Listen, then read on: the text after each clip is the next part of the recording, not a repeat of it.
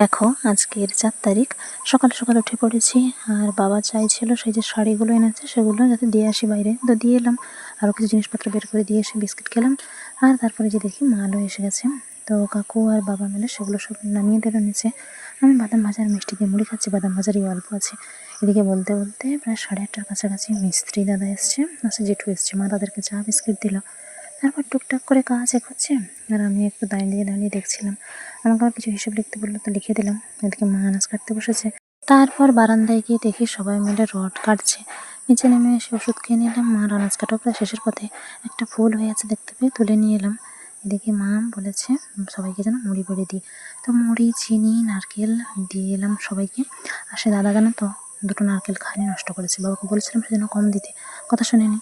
যাই হোক, আমি এমনি নারকেল খেয়েছি কয়েকটা। তারপর মা সবাইকে শরবত করে দিল। এদিকে আমি ঝটপট স্নান করে ঠাকুরকে ফুল তুলতে চাই। এই ফুলটা একদম হালকা কালার, সেজন্য দেখছি। যাই হোক, এদিকে সে দাদার জন্য টক করেছে মাছের, খাবে নাকি কে জানে, আমরা যদিও নিরামিষ খাবো। এই আমটা পড়েছে, বাবা স্নান করতে করতে ডাকলো, আমি গিয়ে কুড়িয়ে আনলাম। দাদা তো এখন স্নান করতে গেছে, আসেনি। মা সবার জন্য ভাত বেড়ে বসে আছে, তো আমটা রেখে দিয়ে দাদাকে খাওয়ার দিয়ে এলো। দাদা বলছিল আবার টকের পেটি মাছ খায় না, তো মা সেটা আবার আলাদা করে রাখলো।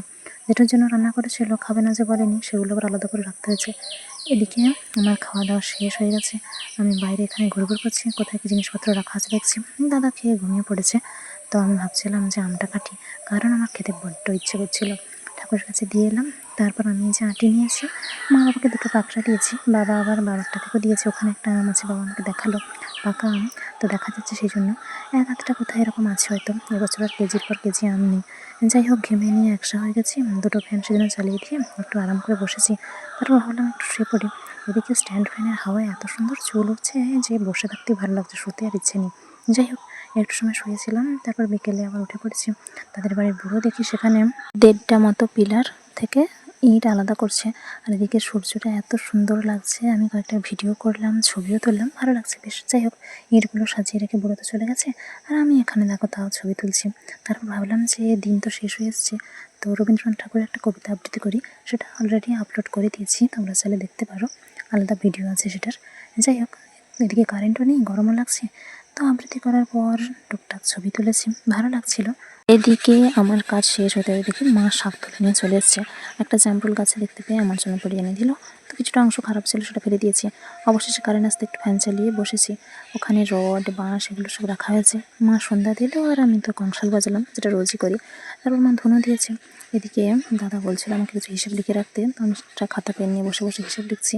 যাই হোক, ফ্যান এখন চালাইনি, বাবাও এসে একটু মাপটা ধরে দিচ্ছিল। আর এখানে দেখছি যে দাদা রড কাটছে, তো আমার কিছু যন্ত্রপাতি দিয়ে আসতে বললো, দিয়ে এলাম। এদিকে মশা লাগছে বলে ধূপও জেলে দিয়ে এসছি। বাবা আবার আলোটা সেদিকে দিচ্ছিল, কারণ দেখা যাচ্ছিল না। তো ওইদিকে আমি চাও করে নিলাম, আর বিস্কিট 2টো বের করেছি। দাদা বেরোবে, কোথায় একটু যাবে, সেজন্য তাড়াহুড়ো করছিলাম। তো জল খেয়ে চা বিস্কিট খেয়ে তারপর দাদা চলে গেল। মা বাবা আর আমি এখনও চা বিস্কিট খাইনি, খাবো। যাই হোক, ধূপ যতটা বাকি সেটা ঘরে এনে জেলে দিলাম। আজকে চানাচুর দিয়ে অল্প একটু মুড়ি খেয়েছি, যদিও চানাচুরটা ঝালও আছে। তারপর আর কি ওষুধ খেয়ে মার ফোন জানি কি দেখছি, যেহেতু রিচার্জ শেষ হয়ে গেছে, ফোনও বন্ধ।